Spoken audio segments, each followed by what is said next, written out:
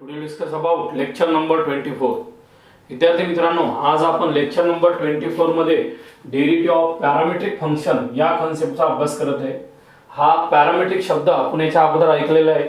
आपण ज्यावेळेस 11वी मध्ये पार्ट 1 मध्ये ट्रिग्नोमेट्रिक फंक्शनची सुरुवात केली होती त्यावेळेस तुम्ही ऐकलेलं आहे. नेमकं पॅरामेट्रिक फंक्शन काय असते त्याच्याविषयी तुम्हाला अभ्यास करायचं. कन्सिडर तुम्ही एक स्टँडर्ड युनिट सर्कल घेतलेलं आहे. त्या स्टँडर्ड युनिट सर्कलमध्ये हा पॉईंट हा या ठिकाणी स्टँडर्ड युनिट सर्कल OX आणि OY बरोबर आहे. त्याच्यानंतर OX डॅश OY डॅश ही कोऑर्डिनेट जॉमेट्री झाली. OP विथ एनी किंवा OX with terminal ray intersect the circle at point P. Draw perpendicular P on X axis at point M. Then OM बरोबर X, PM बरोबर Y. Then coordinate of P is nothing but X, Y. हे तुमचं previous knowledge आहे. या ठिकाणी या P चे coordinate असतात तुमचे X, Y. आता तुम्हाला काय करायचं पहा, या ठिकाणी X, Y चे कोऑर्डिनेटच्या किमती काढायच्या in terms of theta. Draw perpendicular P on X axis at point M. Then it makes a particular angle OP along X axis is theta. यानं जो अँगल तयार केला तो थीटा तयार केला. मग आपण जर या ठिकाणी जर म्हटलं की what is sine theta, sine theta is equal to opposite upon hypotenuse, म्हणजे साइन थीटा बरोबर y येतो आणि cos थीटा बरोबर ऍडजसंट साइड म्हणजे x अपॉन OP म्हणजे x येते. म्हणजे x बरोबर cos थीटा, y बरोबर sin थीटा. या थीटाची किंमत greater than or equal to 0, less than or equal to 2 आहे. मग आपण जर याचा अभ्यास केला, हा थीटा व्हेरिएबल आहे, 0 to 2 मध्ये रोटेट होऊन राहिलेला आहे. तर x च्या जागी cos थीटा आला आणि y च्या जागी sin थीटा आला. म्हणजे x आणि y हे झाले कार्टेशियन कोऑर्डिनेट आणि cos थीटा, sin थीटा हे झाले तुमचे पॅरामेट्रिक कोऑर्डिनेट किंवा पॅरामेट्रिक इक्वेशन झाले. म्हणजे तुम्हाला P ची पोझिशन सांगितली इन टर्म्स ऑफ XY आणि तीच P ची पोझिशन सांगितली in terms of cos theta, sin theta. म्हणजे पॉइंट एकच आहे पण बोलण्याची भाषा वेगवेगळी झाली. एका भाषेमध्ये मी X, Y वापरतो, एका भाषेमध्ये मी cos, sin असा शब्द वापरून राहिलो. म्हणजे पॉइंट एक रिप्रेझेंटेशन 2 त्याला आपण म्हणतो पॅरामीटर्स किंवा याला म्हणतो आपण पॅरामेट्रिक इक्वेशन. X बरोबर cos थीटा आणि Y बरोबर sin थीटा याला म्हणतो आपण parametric equation of point P where theta is the parameters. आता मी जर इथला अँगल T घेतलेला असेल तर इथं cos T, sin T, मग T पॅरामीटर येईल. म्हणजे काही काही गणितामध्ये थीटा पॅरामीटर येतो, काही काही गणितामध्ये T पॅरामीटर येतो, काही काही गणितामध्ये M पॅरामीटर येतो. म्हणजे कोणताही पॅरामीटर त्यामध्ये येऊ शकतो. आता या इक्वेशन मध्ये जर तुम्ही स्क्वेअरिंग आणि ऍडिंग केली, याचा वर्ग x² + y² वर cos² + sin² वर 1 म्हणजे कोणासारखं तयार झालं इक्वेशन, सर्कल सारखं. मग या सर्कल मध्ये तुमचा थीटा याला काय म्हटलं, पॅरामीटर्स, आणि x बरोबर cos, y बरोबर sin याला काय म्हटलं, parametric equation. In general x बरोबर f ऑफ थीटा, y बरोबर g ऑफ थीटा बरोबर आहे. Then x and y are the parametric equation in terms of theta. x बरोबर f ऑफ थीटा, y बरोबर g of theta. Then x and y are the parametric equation in terms of theta. तुम्ही असेही म्हणू शकता x बरोबर f of t, y is equal to g of t. Then x and y are the parametric equation in terms of t. तुम्ही असेही म्हणू शकता x is equal to f of m, y is equal to g of m, then x and y are the parametric equation. आताच parametric म्हणजे काय अभ्यास करून घेतला. पॅरामेट्रिक हा कोणत्याही फॉर्म मध्ये असेल, टी मध्ये असेल, थीटा मध्ये असेल, एम मध्ये असेल. आता आपल्याला त्याच्या थेरमचा अभ्यास करायचा आहे. थेरम शिकताना एक गोष्ट लक्षात ठेवायची, लेबनिज रूल ऑफ डेरिव्हेटिव्ह जर माहीत असेल तर थेरम समजेल. हा थेरम शिकायच्या अगोदर तुम्ही एकदा कंपोजिट फंक्शनमधला चेन रूलचा थेरम वाचायचा किंवा यूट्यूबच्या लेक्चरमध्ये पाहायचा, नंतर या थेरमला हात लावायचा, मगच तुम्हाला थेरम चांगल्या प्रकारे समजेल. काय दिलेलं पहा, x बरोबर f ऑफ t, y बरोबर g of t are the differential function of t, y बरोबर f of x differential function of x. Then prove that dy by dx is equal to dy bye dt upon dx bye dt where dx bye dt not equal to 0. त्याचं असं म्हणणं आहे, दिलेल्या गणितामध्ये x बरोबर f of t बरोबर आहे is differentiable function of t आहे. प्रश्नात पूर्ण उत्तर दिलेलं आहे पहा, डिफरन्शिएबल फंक्शन ऑफ t. पहा बोर्डवर सर काय म्हणतात, x बरोबर f ऑफ t चं डिफरन्शियल फंक्शन ऑफ t आहे, y बरोबर g ऑफ t हे बी डिफरन्शियल फंक्शन ऑफ t आहे. मग आपल्याला दिलेली किंमत शोधून काढायची असते. तर अशा वेळेस काय करायचं पहा, पहिला पॉईंट घ्यायचा, एक इक्वेशन बनवा, दुसऱ्यापासून दुसरं इक्वेशन, तिसऱ्यामधून तिसरं इक्वेशन. म्हणजे एकही शब्द तुम्हाला मनान करायची गरज नाही. तुम्हाला थेरम जर पहिले लिहायचं असेल तर या थेरममधलं एक प्रूफ पहा काय असतो, याच्यामधले पहिले व्हेरिएबल्स वेगळे करा. याच्यामध्ये कोण कोण व्हेरिएबल्स आहे ते रफमध्ये लिहून पाहायचे. x आहे, y आहे आणि t आहे. पहा x आला, y आला आणि t आला. रँडमली कसंही पहिले त्याची इन्क्रीमेंट घ्यायचे. पहा delta x, delta y and delta t are increment, पहा बरोबर, are increment of x y and t respectively. पहिला नियम काय आहे, आपल्याला याची इन्क्रीमेंट घ्यायची. समजा एक्सचा डेल्टा एक्स, वायचा डेल्टा वाय, टीचा डेल्टा टी. इन्क्रीमेंट शब्द अगोदर शिकलेला आहे आपण. इन्क्रीमेंटमध्ये स्मॉल पॉझिटिव्ह क्वांटिटी असते, ती एकदम स्मॉल पॉझिटिव्ह क्वांटिटी. त्यामध्ये एक्सचा डेल एक्स, वायचा डेल्टा वाय, टीचा डेल्टा टी. उदाहरण सांगायचं सांगितलं तर तुमच्या जो 100 रुपये आहे, मी 0.5 पैसे दिले, म्हणजे तुमचे पैसे जे वाढले 0.5 न, त्याला आपण इन्क्रीमेंट असं म्हणतो. तो स्मॉल पॉझिटिव्ह इन्क्रीमेंट असतो. हा पहिला पॉईंट. आता x is equal to f of t दिलेलं आहे. X is equal to f of t is differentiable. हा x is equal to f of t is a differentiable function of t. X बरोबर f of t हा differentiable function of t आहे. मग तुम्हाला माहिती आहे काय करायचं या ठिकाणी, बाय लेबनीज रूल. तुम्हाला सांगितलं पहिले कंपोजिट फंक्शन पहा, मग हा थेरम शिका. By Leibniz rule of derivative. तुम्ही काय करायचं, लेबनीज रूल ऑफ डेरिव्हेटिव्हची मदत घ्यायची.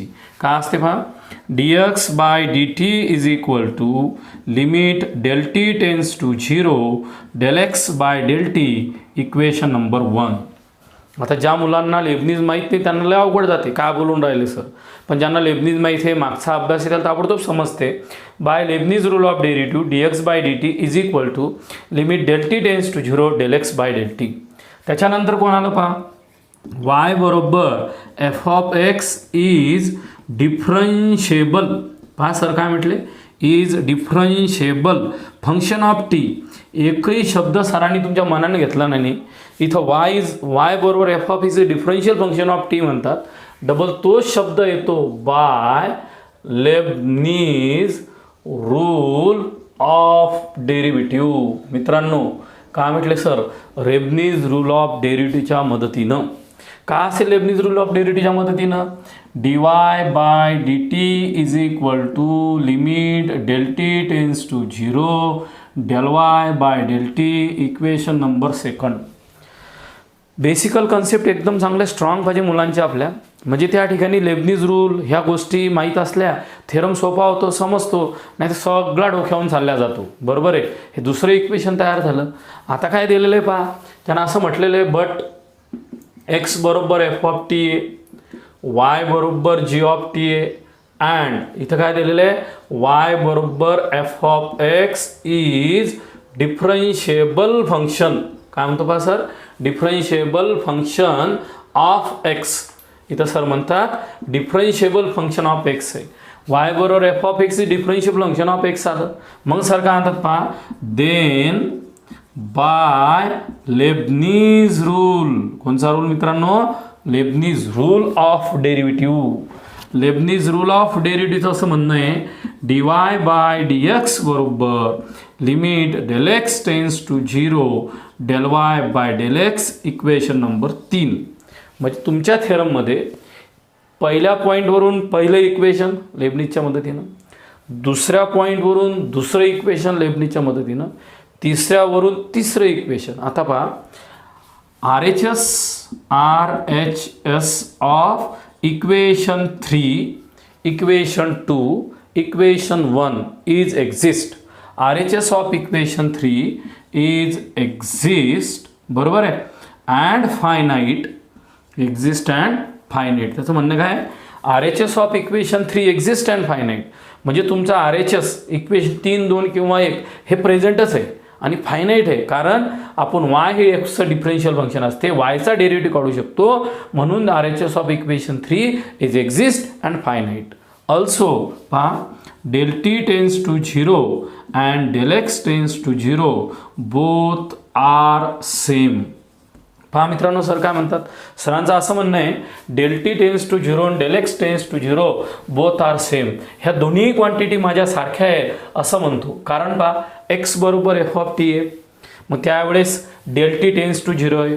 वाय बरोबर जी ऑफ टी आहे, त्यावेळेस डेल टी टेन्स टू 0 आहे. नंतर वाय बरोबर एफ ऑफ एक्स आहे, then del x tends to 0 आहे. या तिन्हीच्या वेळेस बरोबर आहे की नाही. तुमचं del x tends to zero del t tends to zero हे दोघांचा अप्रोचिंग फेनोमेना एकच आहे. त्याच्यामुळे del t tends to zero del x tends to zero both are same. असा या थेरममधला एक पार्ट या ठिकाणी आपला संपला. काय केलं पहा, इन्क्रिमेंट काढले. एक्स बरोबर एफ ऑफ टीवर पहिला रूल, वाय बरोबर जी ऑफ टीवर दुसरा रूल आणि वाय बरोबर एफ ऑफ एक्सवर तिसरा रूल. आता आपल्याला काय करायचं, दिलेला प्रॉब्लेम सॉल्व करताना आता आपल्या मनाला एक समजून सांगायचं आहे की हा प्रूफ आणायचा dy by d x is equal to dy by d t upon d x by d t. Direct आणू शकत नाही, पण मी असं म्हणतो पहा, बट असं लिहिलं चालते का पहा, del y by del x is equal to del y by del x. असं जर लिहिलं तर काहीच प्रॉब्लेम नाही. मी माझ्यासारखाच दिसणे असा कन्सेप्ट आहे. 2 is equal to 2, a is equal to a, del y by del x is equal to del y by del x. म्हणजे आता या प्रूफमधली एक बाजू सारखी दिसते. इथं डी वाय आहे, इथं डेल वाय आलं, बरं जाऊ द्या. इथं डी टी, इथं डी टी आहे. मग सर काय म्हणतात, divided N R and D R numerators and denominators by del t. Numerators आणि डिनॉमिनेटरला डेल टीनं डिव्हाइड्स करा. Del y by del x बरोबर del y by del t upon del x by del t. या टर्मला del टीनं मल्टिप्लाइड्स, del टीनं divide केलं. काही झोपून उठा, डेल टी कॅन्सल करा, डबल इथं येतो. फायदा तर काहीच होत नाही. पण आता थेरम आपल्या जवळपास सारखा दिसायला पहा. इथं d y by d x आहे, इथं del y by del x आहे. इथं d y by d t आहे, इथं del y by del t आहे. इथं d x by d t, इथं del x by del t आहे. म्हणजे आपल्या डेल वाय क्वांटिटी काढायच्या, डी डी आणायची.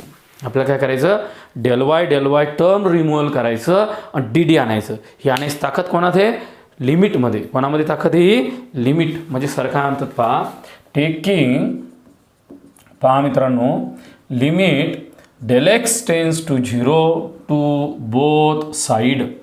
तुम्ही डेल एक्स घ्या का डेल टी घ्या, काहीच प्रॉब्लेम नाही मला. पहा, limit del x tends to zero del y upon del t बरोबर limit del x tends to zero del y upon del t upon del x by del t. जरा मोठमोठाले डोळे करा आणि इक्वेशनकडे एकटक पहा. तुमच्या दिलेल्या इक्वेशनला सरनं लिमिटिंग व्हॅल्यू अप्लाय केली. ती कशी केली, del x tends to zero to both side. Del t tends to zero घेतला असतं तरी 100% बरोबर आलं असतं. म्हणजे माझ्या गणितामध्ये काय झालं पहा, सेपरेट द लिमिट करणार मी. इथं करणार limit del x tends to zero del y by del t, limit del x tends to zero del x by del t. पहा मित्रांनो, या दिलेल्या प्रॉब्लेममध्ये limit del x tends to zero del y by del x limit separate केलं आणि limit वाटून दिलं. आता इक्वेशन 1, 2 आणि 3 पहा बरं, शांततेने पाहायचं. फॉर्म इक्वेशन 1, 2 आणि 3. इक्वेशन 1, 2 आणि 3 शांततेनं पहा. ते पाहिल्यानंतर आपल्या मनात असा विचार येतो की सर, हे जे इक्वेशन नंबर 3 आहे याला d y by d x म्हणा. इक्वेशन नंबर 2 वरून याला d y by d t म्हणा, याला d x by d t म्हणा. पण एक प्रॉब्लेम आहे, इथं del t tends to zero आहे, इथं del t tends to zero आहे. पण या गणितामध्ये डेल एक्स आलेलं आहे. हे थोडं ऑड वाटून राहिलेलं आहे. तर इकडे या आणि पहा, del t tends to zero del x tends to zero both are same. म्हणजे आपल्याला काही प्रॉब्लेम नाही. याच्या जागी काय येईल, d y by d x. याच्या जागी काय येईल तुमचं, d y by d t upon d x by d t. इथं कंडिशन काय, d x by d t not equal to zero, hence it is prove. Hence बरोबर आहे, it is prove. पहा विद्यार्थी मित्रांनो, तुम्ही या ठिकाणी पॅरामेट्रिक फंक्शनचा थेरम तयार केलेला आहे आणि तो पॅरामेट्रिक फंक्शनचा थेरम किती सुंदर तयार केला पहा. दिलेला जो प्रश्न होता तो शांततेने पूर्ण रीड करायचा. तो रीड केल्यानंतर तेवढे इन्क्रिमेंट घ्यायचे. एक्स बरोबर एफ ऑफ टी वरून लेबनीजवरून पहिलं इक्वेशन बनवायचं. लेबनीज माहीत असला तर थेरम येईल, ते थेरम येणार नाही. वाय बरोबर एफ ऑफ एक्स वरून बरोबर आहे, वाय बरोबर एफ ऑफ एक्स जो आहे त्या ठिकाणी आपल्याला जी ऑफ टी दिला. इथं एक्स बरोबर एफ ऑफ टी, इथं वाय बरोबर जी ऑफ टी दिलं. इथं डिफरन्शियल फंक्शन ऑफ टी झाला पहा आपला. तिथं लेबनीज रूल अप्लाय केला. दुसरं इक्वेशन तयार झालं. वाय बरोबर f of x is differential function of x. तिसरा रूल दिला, त्याच्यावरून तिसरा रूल तयार झाला. एल एच एस किंवा R H S of equation 3 is exist and finite, म्हणजे 3 असेल किंवा 2 असेल किंवा 1 असेल, याचा RHS केव्हा कसा असेल, एक्झिस्ट आणि फायनाईट, कारण हे डिफरन्शिएबल फंक्शन आहे. नंतर del t tends to 0, del x tends to 0, both are same आहे. हा पहिला पार्ट झाला. आता दुसऱ्या पार्टमध्ये dy/dx दिलेलं आहे, मग आपण बट म्हणायचं. बटमध्ये काय, del y by del x is equal to del y by del x. मग आता आपल्या गणितामध्ये डेल्टी पाहिजे, मग डिवाइड येणार आहे dr/dt. मग taking limit del t tends to both 0, मग डेल्टी तुम्ही सेपरेट केलं, इक्वेशन 1, 2, 3 अप्लाय केलं, हेन्स इट इज प्रूव्ह. मित्रांनो, आपल्याला आता पॅरामेट्रिक फंक्शनवरचे प्रॉब्लेम सॉल्व्ह करायचे. आत्ताच आपण असं पाहिलं होतं पॅरामेट्रिक फंक्शन म्हणजे नेमकं काय आहे. x is equal to f of t, y is equal to g of t, then dy/dx must be equal to dy/dt upon dx/dt. परीक्षेमध्ये कोणीच आपल्याला सांगणार नाही दिलेला प्रॉब्लेम पॅरामेट्रिकनं सॉल्व्ह करायचा का कशानं सॉल्व्ह करायचा, हे आपल्याला समजलं पाहिजे. आपल्या गणितामध्ये x बरोबर 80² आहे, y बरोबर 280 आहे. याचा डेरिव्हेटिव्ह काढायचा, fine dy/dx of the following. खाली तुम्हाला जे 10 गणितं दिलेले आहे त्या 10पैकी 5-6 प्रॉब्लेम आपण सॉल्व्ह करणार आहे, बाकी तुम्हाला होमवर्क देणार आहे. या ठिकाणी दिलेलं आहे लेट x बरोबर 80², y is equal to 280, then find dy/dx. मग आता जसं गणित दिलं तसं माझ्या डोक्यामध्ये विचार आला, x हा टीचं फंक्शन आहे, y हे टीचं फंक्शन आहे. x हे टीचं किंवा थिटाचं किंवा यमचं कशाचं असू शकते, पण दोन्हीच्या दोन्ही सारखे असले पाहिजे. x जर टीचा असेल तर y टीचा असेल, x जर थिटाचा असेल तर y पण थिटाचा असेल, x जर एमचा असेल तर y पण एमचा असेल, तरच पॅरामेट्रिक लागेल, नाही पॅरामेट्रिक लागणार नाही, पहिला नियम. मग आता काय करायचं पहा, तुमचा दिलेला प्रॉब्लेम पाहिला त्या ठिकाणी. तर प्रॉब्लेम पाहिल्यानंतर तुम्हाला आता त्याचा डेरिव्हेटिव्ह काढायचा, x बरोबर 80², y बरोबर 280. मग आता एक एक डेरिव्हेटिव्ह काढू आपण, dx/dt काढू, dy/dt काढू. पहा, differentiate with respect to t. इथं आलं d/dt of x is equal to a d/dt of t². लहान मुलासारखा what is the derivative of t², 2t.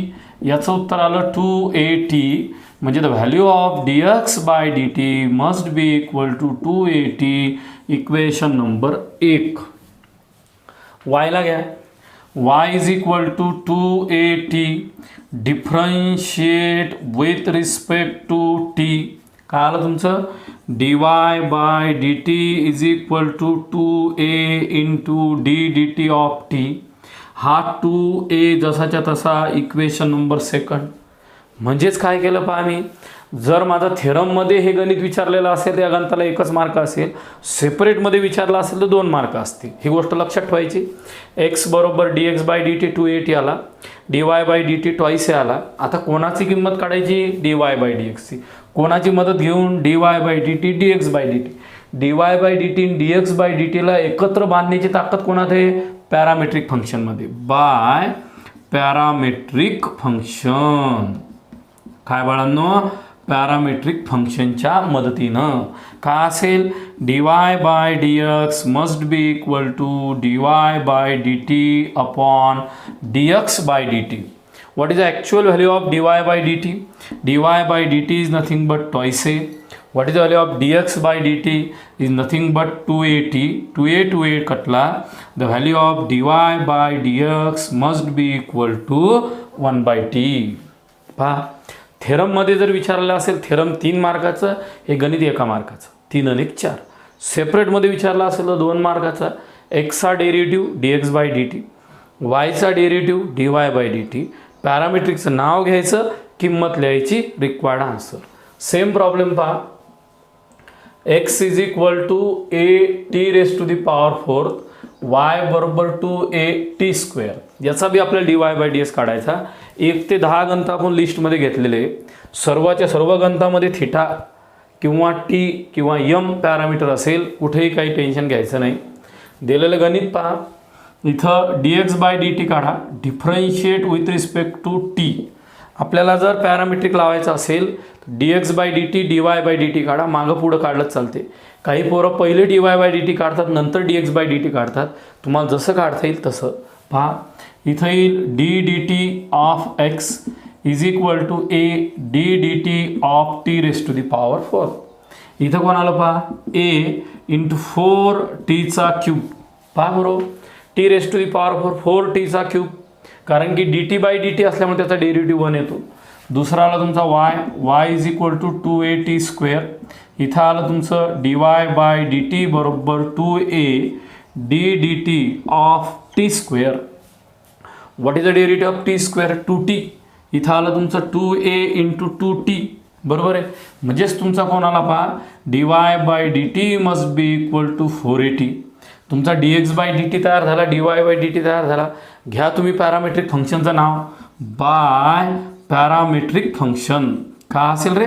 dy/dx must be equal to dy/dt upon dx/dt. मुलं गडबडीत dy/dtच्या जागी dx/dt लिहितात, dx/dt जागी dy/dt लिहितात, मार्क चालल्या जातात. जसं विचारलं तसं पहा. dy/dt कोण आहे? dy/dt 4at. dx/dt कोण आहे? dx/dt 4at cube. का आलं तुमचा 4at cube. 4a 4a get cancel, टीला t get cancel, must be equal to 1/t square. म्हणजे dy/dxची किंमत ही आली तुमची 1/t स्क्वेअर. दोन्ही प्रॉब्लेम सेम होते. मला तर फक्त एक प्रॉब्लेम शिकवायचा होता, एक तुम्हाला होमवर्क द्यायचा होता आणि तो तुम्हाला सॉल्व करताच आला पाहिजे होता. पण आपण चला म्हटलं दोन्ही प्रॉब्लेम या ठिकाणी सॉल्व करू. दोन्ही प्रॉब्लेम तुम्हाला समजलेले आहे. पहिला प्रॉब्लेम तुम्हाला 2 वर्ष अगोदर विचारला होता. पहिला प्रॉब्लेम या ठिकाणी विचारला होता, त्याचा डबल डेरिव्हेटिव्ह काढायचा यावर्षी विचारला होता. आता प्रॉब्लेम नंबर 1 संपला. Problem number 2. आता 1 बाय 1 तुम्ही एक एक प्रॉब्लेम सॉल्व करून त्याचे आन्सर आणण्याचा प्रयत्न करा. तिन्ही प्रॉब्लेम तुम्हाला सगळे प्रॉब्लेम सॉल्व करायचे पहा. सगळ्या प्रॉब्लेममध्ये एकच कंडिशन असेल, प्रॉब्लेम कधी हा टीमध्ये येईल, कधी थिटामध्ये येईल, कधी एममध्ये येईल, कोणताही व्हेरिएबल येऊ शकतो. ही गोष्ट लक्षात ठेवायची. एक प्रॉब्लेम सॉल्व करत त्याचे आन्सर काढण्याचा प्रयत्न सर्व विद्यार्थी मित्रांनी करायचा आहे. बरोबर? चला पहा. आता पुढं जायचं तुम्हाला. पुढं कसं करायचं पहा बरं. इथं आलेला आहे तुमचा तिसरा प्रॉब्लेम. x बरोबर कोण आहे? Cos of log T. आणि y बरोबर कोण दिलेलं आहे पहा? Log of cos T. जरा ऑड भाषा वापरलेली आहे पहा त्यानं. काय म्हणतो तो? एक्सची किंमत cos of log t, y is equal to log of cos t, या टर्मचा डेरिव्हेटिव्ह काढा.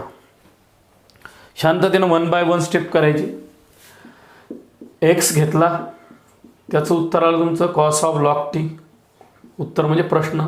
मनाला प्रश्न विचारायचा. याचा dx/dt काढू, याचा dy/dt काढू. काढला. या दोघायला जोडणारा पॅरामीटर्स आहे टीवाला. पॅरामीटर्स टीमधला formula dy/dx is equal to dy/dt upon dx/dt. Solve द्या पहा. Differentiate with respect to t. काय आलं इथं? dt of x is equal to dt of cos of log t. What is the derivative of cos of log t? Minus sine of log t into dt of log t. हे बघ, minus sine of log t into dt of log t. इथं कोणाला पहा? Minus sign log t into log टीचा derivative 1/t. शांततेनं.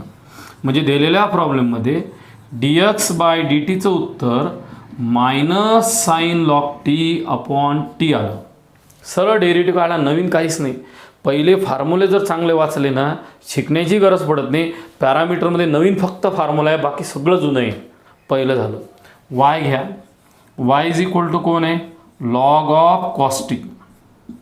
इथं कोण होतं? कॉस ऑफ लॉग टी होतं. इथं कोण आहे? लॉग ऑफ कॉस टी आहे. म्हणजे काय असेल पहा?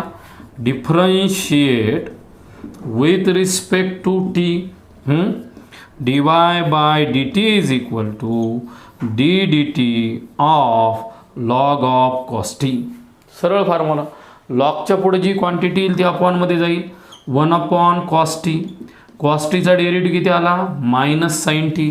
dy/dtचं उत्तर किती आलं तुमचं? Minus tan T. फॉर्म्युले जर पाठ नसले ना तर बिलकुल समजत नाही मॅथमध्ये. हे बा, लॉग कॉस टी म्हणजे 1 बाय कॉस टी. कॉस टीचा डेरिव्हेटिव्ह मायनस साइन टी, याला तुम्ही मायनस टॅन टी म्हटलं. dx/dt dy/dt याला जोडणारा ब्रिज जो आहे त्या ब्रिजचं नाव आहे पॅरामेट्रिक फंक्शन. कोणचं नाव आहे तुमचं? Parametric function. आपण आनंदानं असं म्हणतो बाय युझिंग देवाचं नाव घ्या, पांडुरंगाचं नाव घ्या आणि मग लिहा. पांडुरंगाचं नाव घेणं म्हणजे पॅरामेट्रिक फंक्शन आहे. म्हणजेच काय आलं, dy by dx must be equal to dy bye dt upon dx bye dt. जरा शांततेने काय करा, dy बाय dtची किंमत टाका आणि मग dx बाय dtची किंमत टाका. काय होते ते सांगा. कोण आहे तुमचा dy बाय dt? पहा बरं, उलटं सुलटं लिहायचं नाही. dy बाय dt कोण आहे? Minus tan t. कोण आहे तुमचा dx बाय dt? हे बघा आहे dx bye dt minus sine of log t upon t. Minus minus get plus. काय आलं पहा, dy बाय dx बरोबर t into tan t upon sine of log t. काय आलं पहा, dy बाय dx बरोबर t into tan t upon sine of log t. हे त्याचं रिक्वायर्ड आन्सर आहे. समजा आता प्रॉब्लेम नंबर 3 जर मी तयार केलेलं आहे तर प्रॉब्लेम नंबर 11 मी तुम्हाला होमवर्क देतो. सेम हेच प्रॉब्लेम देतो. पहा तुम्ही सांगा सर डायरेक्ट 11 म्हणजेच प्रॉब्लेम नंबर 3 वरून डायरेक्ट प्रॉब्लेम तयार होतो. पहा x is equal to sine of log t, y is equal to log of sine t. बरोबर आहे. Find dy by dx. म्हणजे जर 3 नंबरचा प्रॉब्लेम तुम्हाला आला तर 100% सांगतो तुम्हाला की या ठिकाणी प्रॉब्लेम नंबर 11 सुद्धा येणार. फक्त तुमच्या 3 मध्ये आणि 11 मधला काय चेंज आहे तो पाहायचा. 3 मध्ये तुम्हाला कॉस दिलेले आहे आणि तुमच्या 11 मध्ये तुम्ही साइन दिलेलं आहे. त्या साइनच्या जागी तुमची कोणची टर्म घेतली तुम्हाला काही बिघडत नाही.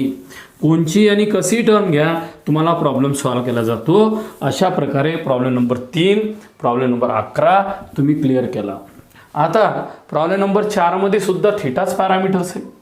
चाल द्यायचं मग थिटा पॅरामीटर. पहा x is equal to root 1 minus t square, y is equal to sine inverse t. तोंडी उत्तर आहे तुमच्याजवळ. dy by dx is equal to dy bye dt upon dx bye dt. काही होमवर्क असतील, काही तुम्हाला करायचे, काही मला करायचे. हे बा याचा डेरिव्हेटिव्ह येतो, याचा डेरिव्हेटिव्ह येतो, पॅरामीट्रिक येते. Let x is equal to 1 minus t square. इथं dx bye dt dt of 1 minus t square. What is the derivative? 1 upon 2 times 1 minus t square into minus 2t. आता बोला मुलांना, या 1चा डेरिव्हेटिव्ह 0, टी स्क्वेअरचा 2t, minus sign जशीच्या तशी. ॲक्च्युअलमध्ये असं होते, ॲक्च्युअलमध्ये 0 मायनस 2t येतो. एकचा 0 आणि याचा मायनस 2t. आता काय आलं पहा, minus 2t upon 2 into 1 minus t square. 2ला 2 get cancel. dx bye dt is equal to minus t upon 1 minus t square. dx bye dt आलं. आता आपल्याला dy बाय dt काढायचा. कोण आहे बा तुमचा y? पहा y is equal to sine inverse t. याचा डेरिव्हेटिव्ह काय पहा, dy bye dt is equal to d dt of sine inverse t. घ्या dy बाय dt झाला, dx बाय dt झाला. याचा derivative 1 upon 1 minus t square. या dx bye dt dy bye dt याला join करणाऱ्या ब्रिजचं नाव काय सांगा? त्या ब्रिजचं नाव आहे पॅरामेट्रिक फंक्शन. त्या ब्रिजचं नाव काय आहे? Parametric function. म्हणजे इथं काय येईल, बाय पॅरामेट्रिक फंक्शन. पॅरामेट्रिक फंक्शनच्या मदतीनं काय असेल पहा, dy by dx is equal to dy bye dt upon dx bye dt. कोण आहे dy बाय dt? हे बा 1 अपॉन 1 मायनस टी स्क्वेअर. कोण आहे तुमचा dx बाय dt? तो आहे तुमचा minus t upon 1 minus t square. या टर्मला ही टर्म गेट कॅन्सल. पहा लक्ष द्या चांगलं केअरफुली. इथं उत्तर असेल मायनस 1 बाय टी. याचं उत्तर काय तुमचं? Minus 1 bye T. 100% प्रॉब्लेम तुम्हाला समजला 4 नंबरचा. माझं असं मत आहे 5 नंबरचा प्रॉब्लेम विद्यार्थ्यांनी होमवर्क म्हणून ट्रीट करावं आणि घरी सॉल्व करावं. तोंडी आपण रिपीट करू तुम्ही घरी करायचं, पहा रिपीट कसं करायचं. हे पहा, dx bye dt cos root t upon 2 root t, dy bye dt e raise to the power root t upon 2 root t by parametric function dy by dx is equal to dy bye dt upon dx bye dt e raise to the power root t upon 2 root t cos root t upon 2 root t कटलं required answer. पहा बरं, तोंडी खेळल्या जाते. जर फॉर्म्युले चांगले clear केलेले असतील, पहिली मेहनत चांगली केलेली असेल तरच समजेल, नाही समजणार नाही. Problem number 6, x is equal to a cos cube t आणि y is equal to a sine cube t. यामध्ये एक ॲडिशनल पॉईंट आला, x बरोबर a cos cube t, y is equal to a sine cube t, fine dy by dx at t बरोबर pi by 3. या गोष्टीचं काहीच tension घ्यायचं नाही. dy बाय dx काढायचा, तो काढल्यानंतर टीची किंमत पाय बाय 3 पुट करायची. काही गणितामध्ये पाय बाय 3 देतील, काही गणितामध्ये पाय बाय 4 देतील, काही गणितामध्ये पाय बाय 2 देतील. जे दिलं ते घ्यायचं सरळ सरळ. हे गणित सॉल्व करायला एकच फॉर्म्युला पाठ पाहिजे, तो म्हणजे कोणचा? Derivative of f of x raise to the power n into f of x raise to the power n-1 into f dash of x. हा जर तुमचा फॉर्म्युला पाठ असेल तुम्हाला काहीच त्रास नाही. n into f of x raise to the power n-1 into f dash of x. चला, दोनच ओळीत उत्तर दे, 2 ओळीत मोठ्या मोठ्या गणिताचं.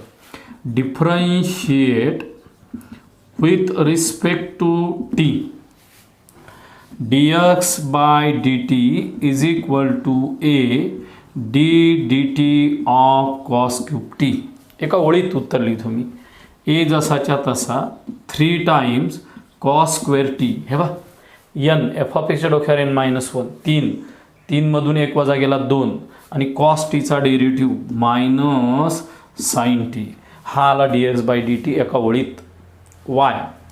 y बरोबर कोण आहे पहा, a sine cube t. Differentiate with respect to t, शांततेनं.